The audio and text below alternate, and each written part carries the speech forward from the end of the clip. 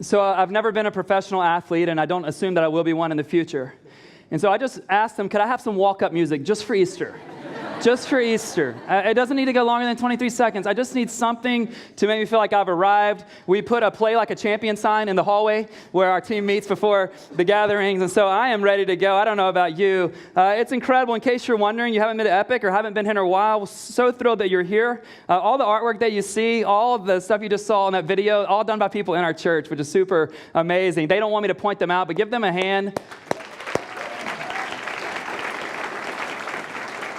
It's been very freeing for our church community over the last 6 years that we've been around to realize that you don't have to do what I'm doing today to make a contribution. And so whatever it is you bring to the table, whatever reason you're in San Francisco, there's a good chance that your skills and services can be used in more than just the ways they may be used at the office today.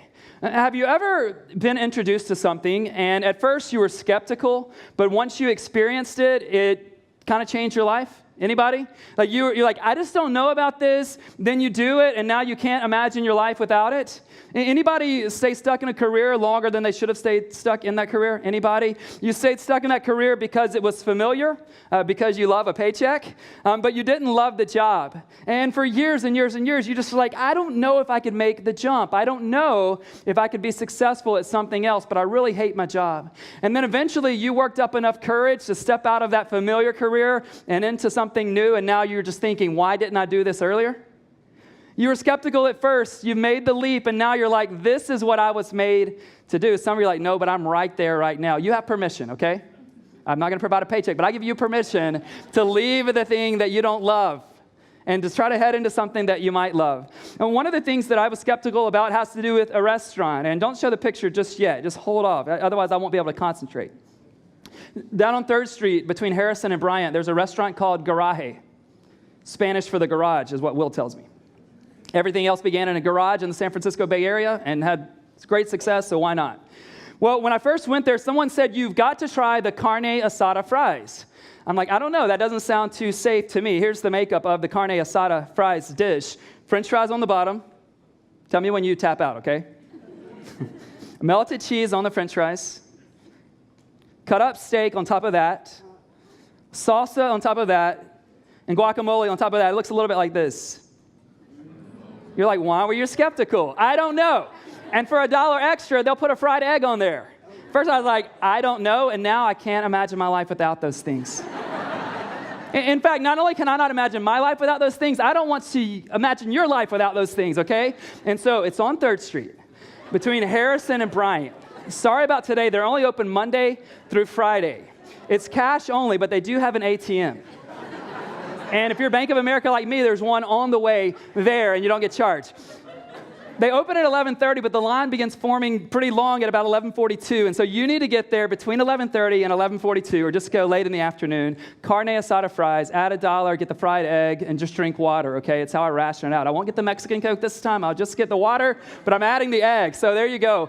Can't imagine my life without it. We used to have a football coach around here named Jim Harbaugh.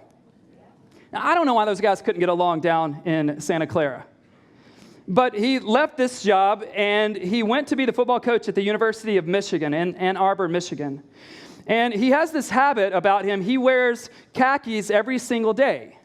And that's not the bad news. The bad news for his wife is that he was buying the same $8 pair of khakis from Walmart when he was making $5 million.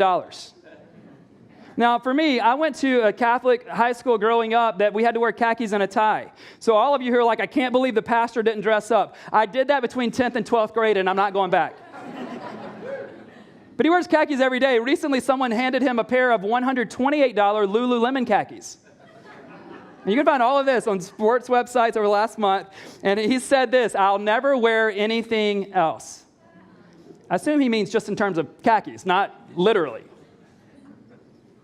See, some of you ladies, I've seen you try to convince me, and now I'm a believer. Jim Harbaugh said it. You're like, Ben, no, if I wear Lululemon pants, it'll make me stronger.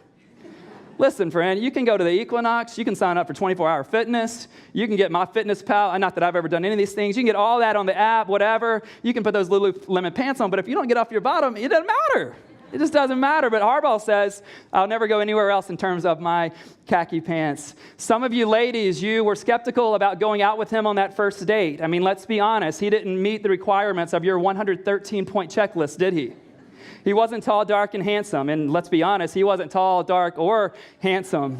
But you wanted to eat that night, so you went out. And now that you've been married to him for 5 years, you can't imagine your life without him. I didn't know if we would be able to start a church from scratch here in downtown San Francisco. I didn't know if anyone would come. I didn't know if we would be able to afford it. I didn't know if a landlord would be willing in this neighborhood to give a church some space. I didn't know what it would be like for Shauna and I to raise our children in a city like San Francisco. But now that we're 7 years into this venture, we can't imagine a future without this church and without this city.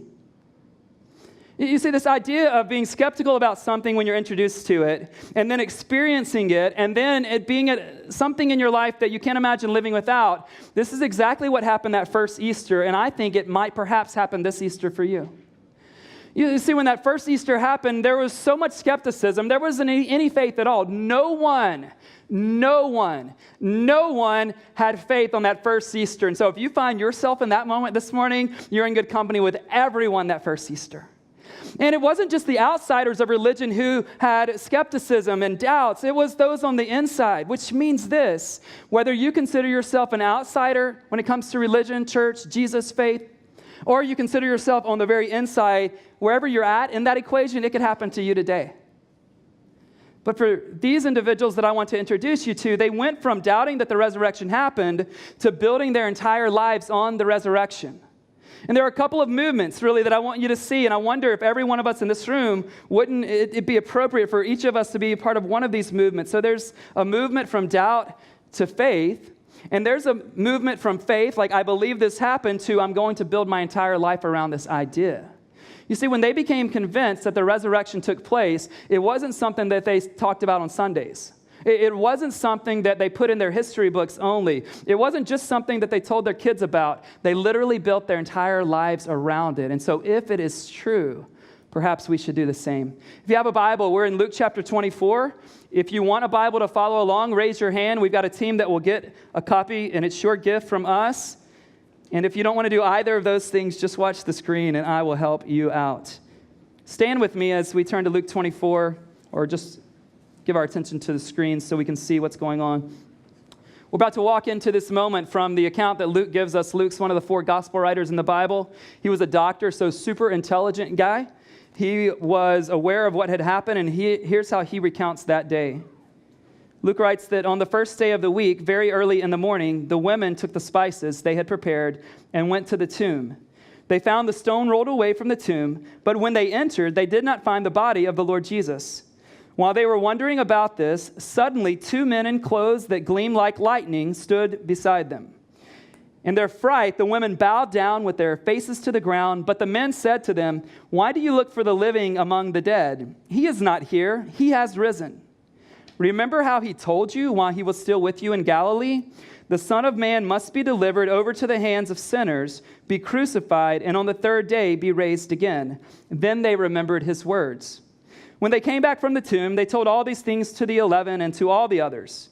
It was Mary Magdalene, Joanna, Mary the mother of James, and the others with them who told this to the apostles. But they did not believe the women, because their words seemed to them like nonsense. Peter, however, got up and ran to the tomb. Bending over, he saw the strips of linen lying by themselves, and he went away, wondering to himself what had happened. You may be seated. There are so many things that are present in this moment. And perhaps you didn't get it at first glance, so I want to just show you some of the things that are present in this moment. What's going on with these women coming to the tomb very early is Jesus dies on a Friday. They know that they want to prepare his body for his burial, but they can't do that on the Sabbath. And so they wait until the Sabbath breaks, until the Sabbath is over, and now it's Sunday morning, and they're bringing these spices essentially for embalming the body of Jesus. And the reason it's fascinating that Luke tells us women were the ones who discovered the empty tomb is because in this place, at that time, women and their testimony, it was not credible in a court of law. Now, that can be a heartbreaking reality, right? We still see gender inequality in our country. Obviously, some of you are from countries, and we're all aware of places around the world where it's still like that there's no credibility at all for women. But my point today isn't to say to you, let's feel bad for the ladies of this moment. It's to say to you, if you're making up a story about Jesus rising from the dead, if you're making up this tale about the resurrection, guess who you would never say found it first? Women. It would lack credibility. It would lack authority. It would lack official weight that you would need to prove that anything was true. But Luke tells us that is the case. Matthew tells us that is the case. Mark tells us that is the case. John tells us that is the case, that it was the women who found the empty tomb, which is fascinating to us. If you're going, I just don't know if I can believe, well, tell me why they would make that up. And we'll get to more things that can't be described other than explaining them by the power of the reality of the resurrection. What's funny to me, when you see these two men who are dressed, it looks like in their Easter best, from what I can tell, they're more like angels. And when the ladies show up, the angels say to the women, like, why are you surprised? Jesus did what he told you he was going to do. Now, either they didn't hear him when he said it, or they weren't listening, they were thinking about something else. Maybe they didn't take him literally, only figuratively, or maybe they simply forgot what he had told them. But on numerous times, Jesus had said to his followers, I'm going to be killed. 3 days later, I'm going to rise from the dead.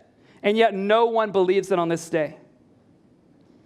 You also see in here that when the ladies returned, they returned to the 11. Now, if you're not a person who's generally in church, we're so thrilled that you're here, but you probably know, like, Ben, I haven't been to that many church services, but I'm pretty sure there were 12. Like, I at least remember that there were supposedly 12 disciples. The reason there's 11 here is because Judas is no longer on the scene.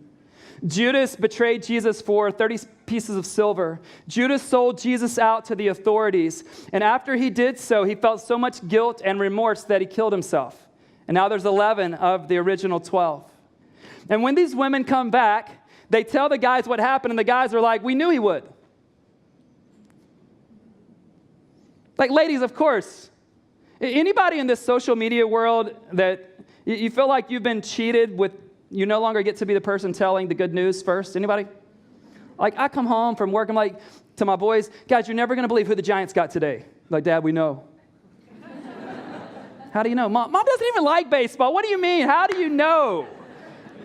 You know, or like to a staff member, like, hey, I met this incredible person. They had this great experience at church Sunday. They're like, yeah, we all got the email. I'm like, I want to tell it first. That's why you will see me, the first one to the mailbox every evening. Did you get the mail yet? And when they say, yeah, we already got, like, I think it was when I was a junior in high school, I started getting mail from colleges. I thought that was a legit thing. And I've been going to the mailbox ever since. And rarely is there anything in there besides something I don't want to be in there. But they get there and they tell them, and they don't believe at all, which could make you feel comforted this morning. The idea that those who became responsible for spreading the message, the movement of Christianity in the first century, so much so that it would reach all around the world, so much so that we would find ourselves literally underneath Market Street this morning talking about it, they didn't believe at this moment. They didn't even think it happened. And not only did they not think it happened, they thought it was crazy. They thought it was nonsense. And so if you find yourself in that place today where you're just like, I don't believe it, and not only do I not believe it, I think it's made up. I think it's crazy. I think it's fairy tale. You're in really good company with those who became responsible for spreading that message and that movement, which is interesting. They didn't believe. They thought it was nonsense. But verse 12 is so encouraging to me, and I hope it will encourage you. It starts off like this, I believe. Peter, however. Peter, though he didn't believe. Peter, though he had his doubts. Peter, though he thought that was crazy. Peter, though he expected to go back to being a fisherman. Peter, though he hated that he let Jesus down, but at least Jesus turned out not to be the Messiah. Peter thought, what if? I know the chances are 1 in 100 billion, but what if? Because if it happened, it would change everything for the world, and it would change everything for me. Tim Keller, who pastors Redeemer Presbyterian Church in New York City, he says this about the resurrection and those who doubt it. He says, even if you can't believe in the resurrection, you should want it to be true. I love that. That's where Peter is. He doesn't believe. So if you're in the room this morning and you don't believe, you have a lot in common with what some think of as the Pope of Heaven. You have a lot in common with Peter, and he ends up being restored and becomes responsible. Guess who preaches the first post-resurrection sermon? The guy who says, I don't think so. Dead body, raised to life. But he said, what if? You see, Peter, because he knew what was at stake, if it could be true, though the chances were slim to none, he knew what was at stake, and so he was willing to take a look. And for some of you, that's all I'm asking you to do this morning. Just take a look. Just take a look. He knew that if he found the body of Jesus as he expected to find the body of Jesus, he had only wasted a few minutes. But if he did not find the body of Jesus, and in fact it was true that he had risen from the dead, then it meant everything for the world and for him. Why don't you just take a look? Just take a look. I want you to see what the disciples are doing when Jesus shows up. In John chapter 20, verse 19 and 20, Jesus is going to show up, and I want you just to notice three things. It'll be on the screen. I want you to notice three things that happen when Jesus shows up. I want you to see what Jesus does when he shows up. I want you to see what the disciples do when he shows up. And then I want you to consider what the disciples do with the rest of their lives because Jesus showed up. So here it is, John 20, verse 19 and 20. Same day that we just came out of this text from. Here's from John's account. On the evening of that first day of the week, when the disciples were together, with the doors locked for fear of the Jewish leaders, Jesus came and stood among them and said, "Peace be with you." After he said this, he showed them his hands and his side. The disciples were overjoyed when they saw the Lord.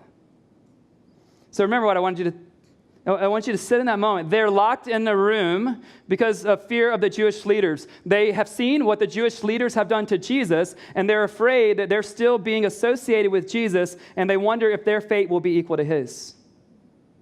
But remember what I asked you to look for. What does Jesus do when he shows up?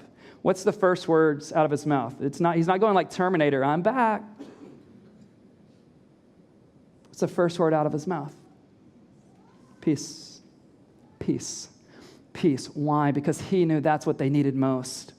When you're riddled with anxiety and fear and depression and despair and hopelessness and your heart is broken and you don't know what it means for your future, that your leader, the Messiah or the so-called Messiah is gone and you don't know what it means for you, the one thing that you need is peace.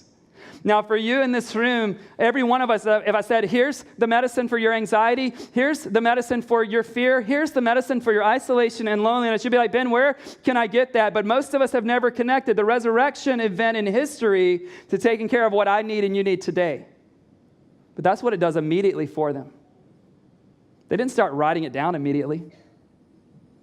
They received his peace. What did they do? They went from being full of fear to being full of faith and full of joy. It says when Jesus walked into this moment, they were filled with fear. When they walked out of this moment, they were overjoyed that they had seen the risen Lord. And I want you to tell me, how do you go from being filled with fear to being full of faith? How do you go from not wanting to say anything about Jesus to, as Acts tells us, there was a moment where they were told, if you guys keep talking about the name of Jesus, you're going to be in prison or worse. And here's what they said: you do with us as you see fit, but we cannot help thinking and talking about what we've seen and what we've heard. They go from being filled with fear to being filled with faith. And I wonder if some of us might want to leave the same way today. What did it for them? What did it for the disciples? Well, let me first tell you what didn't do it for them. Because if you're a skeptic in the room, and some of my friends who are skeptics are here, which makes this really fun, I'm like, oh, I'm doing my best. I'm going to convince you. No, I can't do that, but I want to.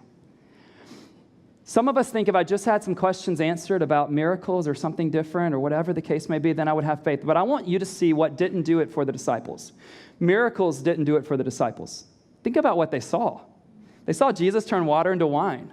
They saw people who were blind receive their sight. They saw a man who had been paralyzed since birth begin to walk and run and leap. They saw a woman who had this issue of blood flowing through her body and out of her body for 12 years. She went to the very best doctors in town, and she spent all of her money on those doctors. But the text says it didn't make her better, it made her worse. And then in one moment, she touches the hem of Jesus' outer garment, and immediately his power flows into her body, and the blood flow stops. Now, if I've seen all that, I'm thinking maybe you are God. Not for them. The miracles did not do it for the disciples. Maybe the teachings of Jesus did it, right? Maybe you just think, if I could believe the teachings, if I could rally around his teachings, that would do it for me. They heard him teach in some incredible ways, and it didn't do it for them. He was this master storyteller. Like, you think you're a good storyteller? He was a master at telling stories. He also had a great way to answer his critics and often to silence his critics. He would tell these parables. He spoke, as it said, as one who had authority in a way they had never heard before. And as incredible of a teacher that Jesus was, his teaching did not change them forever, did it? Well, maybe it would be his love for them that would change them forever. And maybe the love of Christ would be so amazing that it would change them, but his compassion and care didn't change them forever.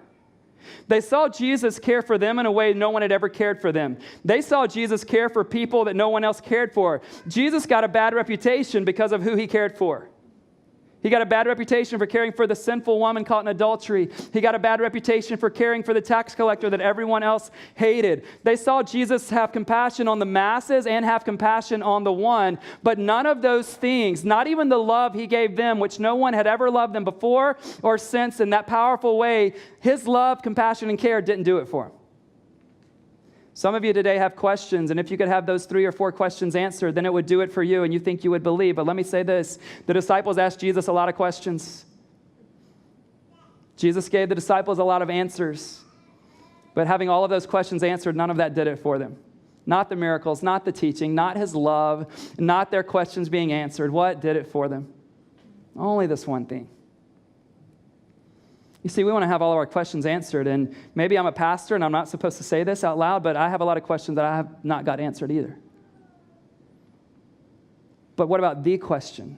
You see, here's the thing for the disciples. When the disciples became convinced that the resurrection happened, they built their entire lives around that reality. When the disciples became convinced that the resurrection happened, they built their entire lives around that reality. It wasn't like, hey, we see ourselves as the truth police. We're coming up with a book that people will read, and maybe they'll think a lot of us. That's not what they were about. When they believed the resurrection had happened, when they became convinced it was the reality of what Jesus had done for them, they built their entire lives around it. They didn't just move from doubt to believing. They didn't just move from doubt to worshiping once a week. Everything about their future would be dependent upon their convinced that the resurrection happened. It's amazing what didn't do it for them, and then to look at what did. So there comes this day where they need to replace Judas, right? You've lost a teammate, you need to add that 12th teammate. And I want you to see the requirements for who would replace Judas. Would it be a great leader? Would it be an amazing storyteller and communicator? Would it be the kind of person who could cast incredible vision? Here's what it says in Acts 1, 21 and 22. Watch for the requirement. Therefore it is necessary, they said, to choose one of the men who've been with us the whole time the Lord Jesus was living among us, beginning from John's baptism to the time when Jesus was taken up from us. For one of these must become a witness with us of the what? Of the resurrection. We're not looking to add to the truth police. We're not trying to establish a religious order. We don't want to keep a religious institution going. We're going to build this movement around one event in history. And we need to add to our team someone who's aware of it, someone who saw Jesus while he was alive, who saw John baptize him, who heard Jesus teach, who saw him on the cross, and then saw him rise from the dead and ascend back to heaven, because this is the movement. It's not that Christianity has a whole lot of things. It has a thing. This is our thing. I wish I could have all of your questions answered today. I wish there would be a miracle for those of us who go, God, if you would just show me this amazing thing, then I would get on board. I wish we could hear Jesus instead of hearing me this morning. I know you do too. I totally with it. I wish I could feel his arms around me in a physical, not just spiritual way. I wish he were here and we could just pepper him with questions. Why this? Why that? But we don't have any of those things available. But we have the proof from the disciples that they were convinced they had seen the risen Jesus. When Paul wrote to the church at Corinth, he said this, Jesus has resurrected from the dead. He says, in fact, there were 500 people that he appeared to, and what he means by that is this, most of them are alive, he says, and you can go ask them. I wish we had that privilege, but we don't. But we do have the documents from this moment in history. And you have you've got to be really creative to tell me another way these cowards who didn't claim to know Jesus would lose their lives because of the resurrection belief that he is God. You've got to get super creative, incredibly creative, to come up with why they would write women into the story and why they would give their lives. They all, except for one, lose their lives because of their faith. You can read that. Some of those are in the biblical account. Others are in extra biblical sources. They became convinced that resurrection was a thing, and they became convinced that it didn't just mean something historically, but it meant something for them personally. They knew that resurrection had the last word, and that's the invitation for you today, to believe that the resurrection has the last word, because if the resurrection has the last word, guess what doesn't have the last word in your life anymore? Your divorce doesn't get the last word. Your failed business won't get the last word. Your mother's cancer won't get the last word. Your dysfunctional family doesn't get the last word. The person who abused you, they will not get the last word. The person who made promises and then walked out on you, they don't get the last word. Your age that you are, that you wish you were a different age right now, it doesn't get the last word. Your sin doesn't get the last word. When you die, that won't get the last word. Resurrection gets the last word.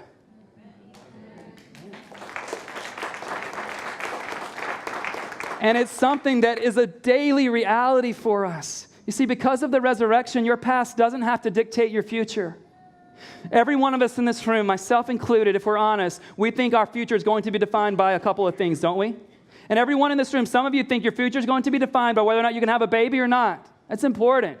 Some of you think your future is going to be defined by whether he stays or whether he leaves. That's really important. Some of you think your future is defined by whether or not you can stay in San Francisco or have to move back home or to some other place. It's important, but that doesn't have the grasp on your future. Some of you are going through a terrible ordeal right now that none of us in this room know about, not even your friends in this room. And it is a big, powerful thing in your life, but it is not able to overcome the resurrection. Resurrection gets the last word. That's how these men go from being cowards, like, we don't know Jesus, we don't even know what you're talking about, to saying, hey, you might kill me, you might imprison me, you might abuse me, you might torture me, but I've seen too much. What if you could go from anxiety to peace, from fear to faith, from hopelessness to hope? And we think, oh, there's this historical thing that's like a religious thing, and then there's my daily problems. And Jesus is trying to say the resurrection is about your daily problems, and it's about your eternal problem. Paul said this about the resurrection being more than just an event. Here's how he connected it to us. He said, and if the Spirit, Romans 8:11, if the Spirit of him who raised Jesus from the dead is living in you, that's amazing just to think. Here's what else, though. He who raised Christ from the dead will also give life to your mortal bodies because of his Spirit who lives in you. That's crazy. This wasn't a power that got unleashed in one moment. It's a power that can be unleashed in you today and tomorrow and 10 years from now and for all of eternity. And most of us, if I can be frank, we're living as though that power doesn't exist. We're living as though there are so many more powerful things than the resurrection. I hope you succeed at your business, but it's not going to define you. I hope you have an amazing relationship. It's not going to define you. I hope you get what you want. I hope that reconciliation happens with those who've hurt you. I hope all of those things take place, but those things aren't going to define you. This is the thing. Paul, speaking to the Corinthians, he was talking to them about how important the resurrection is and how it's the thing. And here's what he said in 1 Corinthians 15:14. He says, and if Christ has not been raised, our preaching is useless and so is your faith. What has he just told us? If Christ didn't rise from the dead, what I'm doing with my life and what you're doing with this hour is pointless. It doesn't matter that he's a good teacher if there's no resurrection. It doesn't matter who he gave sight to if there's no resurrection, because they're going to die eventually and it'll be done. It doesn't matter how much love and compassion he shared. It does not matter how many of our questions he will answer. If there is no resurrection, what I'm doing is pointless and so is what you're doing. But if there is a resurrection, I want to rap, but I'm not gifted that way.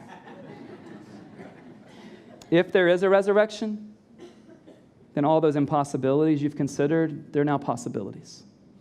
If there is a resurrection, that test result won't get the last word.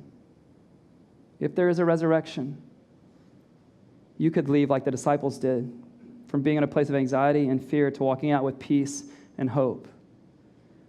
But what we can't do, I think, is just say, I believe that, but it doesn't affect how I'm going to live tomorrow. His power of resurrection is in you. When you came in today, each of you should have received a response card like this, and I just want to ask you if you would grant this one request of mine, just to look at it for a second. You see, the disciples, we think, yes, God had a calling on their lives. Yes, they needed to do some things, but we come to this place where they just knew they had to respond. And not respond in a moment, but respond with their lives. And I wonder if we've come to that place for a response today. There's 3 listed here, but I want to start with one that's not listed. The first one I want to ask you to respond to is just to say, hey, I'm curious. Literally just to write the words, I'm curious. I'm just willing to do what Peter did. I'm willing to go, however, what if? I know it's 1 in 100 billion. That's what I think the odds are right now, but I'm willing to at least be curious. We have some things we want to gift you today if you're just curious. The first one on this card says, start your faith journey. You've heard enough. You've seen enough. You want what Jesus came to give you. You trust that He died for your sin and that He was raised and paid for your sin. You want to start your faith journey today? The second one I think is huge for a number of you in this room. Come back to my faith. Let's be honest. You didn't turn atheist. You didn't quit believing maybe. Life just got busy. You moved to San Francisco and didn't think about church till this week. You had a career thing, you had a relationship thing, and it's not that you quit believing, it just was no longer active in your life.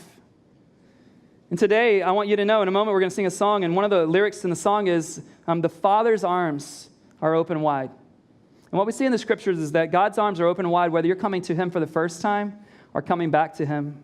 And then there's a statement about publicly declaring your faith through baptism. We know that resurrection is a marker for Christians. Would you agree? Even if you don't believe, would you agree with that? That's like the Christian marker.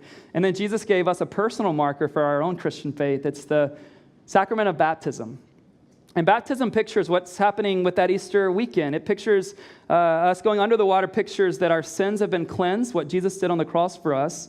As we're raised out of the water, it pictures His resurrection giving us this new identity. And so for every person who's a Christian, the pattern has been for the last 2,000 years that we would follow Jesus by being baptized like He was and like He commanded us to. Now, in a crowd this size, I know, because I've had this conversation over and over and over again, that some of you were baptized or christened as infants. And I know that was a really significant time for your family. I know your mom and dad remember it well, but you don't remember it at all. You've seen pictures, but as an infant, really. And so what I want to encourage you to do is to have this marker in your adult life, or if you're an older kid, or if you're a teenager this morning. We're going to be doing baptisms in the coming weeks, and I want you to consider going forward with your personal marker. This is my life. It is not my parents' faith. It's not my grandparents' faith. It's not my pastor's faith. I want to identify with Jesus because that's what He's done for me. And so what I want you to do is to bring those cards to the resource table in the lobby if you would be willing to. And I want to give you a couple of gifts that have been meaningful for me personally. One is this book by Rick Warren called What on Earth Am I Here For? It's a 40-day journey. Wherever you're at in those 4 categories, I think that that it would be a great read for you. And then one of my, maybe my personal favorite all-time book, maybe, Mere Christianity by C.S. Lewis. Keep it near my desk at all times. I've read through it numerous times. It was fun to read it on the bus last summer between London and Oxford, and to sit in the pub where he did a lot of his writings with some guy named Tolkien. I don't know if he's going to make it big, but Lewis did. And it just really hits at the essence of our Christianity. And if you find yourself needing to get up early to read these, I want to just throw in a little bit of caffeine for you guys today, just a little bit of caffeine. Will and I, we like to go Red Haze. I ordered mine Phil's Way. It's just medium sweet, medium creamy, but it gives you street credit as a hipster, and so you may want to do that. And then for the first day ever, these bags are debuting. And so we want to give you just a resource kit to take home. Now, if you're not honestly making a faith decision, friends of Epic Church, but you love the bag, don't go there. We're going to give you a chance to get your own at some point in time in the future, but not today. But for all of those of you who are making one of those 4 kind of commitments, decisions, nothing weird from us, we just want to say, hey, we think this stuff will help you. We think it will help you process what you've heard today. We think it will help you think about coming back to your faith, maybe coming to faith, or just the curiosity piece.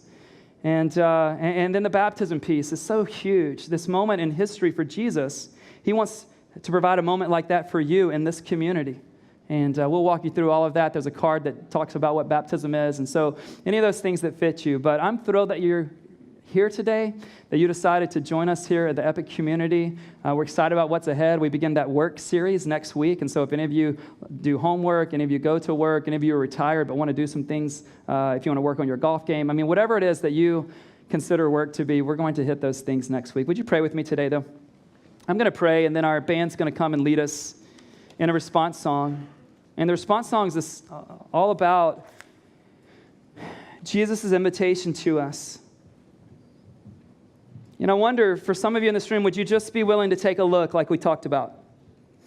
Would you just be curious enough to seek out the possibility that this happened because of what it would mean? Others of you, you've heard and seen enough, and you're ready to start a faith journey in a personal relationship with God through Jesus. What a beautiful response.